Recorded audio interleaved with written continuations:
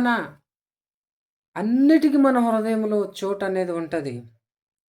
అబద్ధం ఆడటానికి, పాపం చేయడానికి, ఒకళ్ళని మోసం చేయటానికి, లేక ఈ లోకంలో ఉన్న చెడు కార్యాలను చూడటానికి, చెడు పనులు చేయటానికి అన్నిటికి మన హృదయంలో చోటు ఉంటుంది. కానీ వాటన్నిటిని బాగు చేయడానికి వచ్చినటువంటి యేసుక్రీస్తు ప్రభువుని మన హృదయంలో ఆహ్వానించటానికి దినాన చోటు లేకుండా పోతుంది.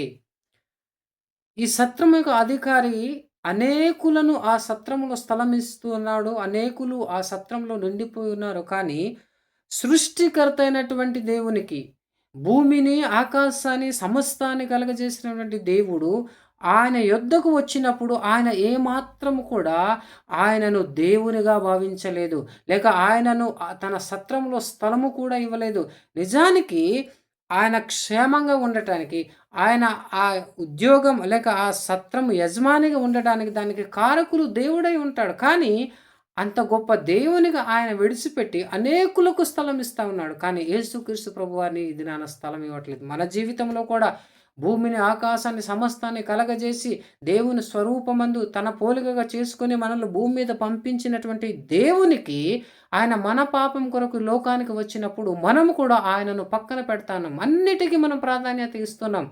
ఈ లోకంలో ఉన్న ప్రతి దానికి మనం ప్రాధాన్యత ఇస్తున్నాము. కానీ దేవునికి మన హృదయంలో ప్రాధాన్యత ఇవ్వటం లేదు. యేసుక్రీస్తు ప్రభువారు ఎప్పుడైతే మన హృదయంలో వస్తాడో మనలో ఉన్న ప్రతి పాపాన్ని ఆయన క్షమిస్తాడు. మనలను సమాధానపరిచేవాడుగా ఉంటాడు. ఇది నాన్న మనిషి సమాధానం లేక జీవిస్తూ ఉన్నాడు. డబ్బు ఉన్నాయి, ఆస్తులున్నాయి, అనేక పేరు ప్రాఖ్యాతులున్నాయి, కానీ హృదయంలో సమాధానం లేదు. ఆ సమాధానాన్ని ఇవ్వటానికి ప్రభువైన యేసుక్రీస్తు మనుష్య కుమారుడుగా దీనుడై ఒక పశువుల తొట్టిలో ఆయన పండుకొని ఉన్నాడు.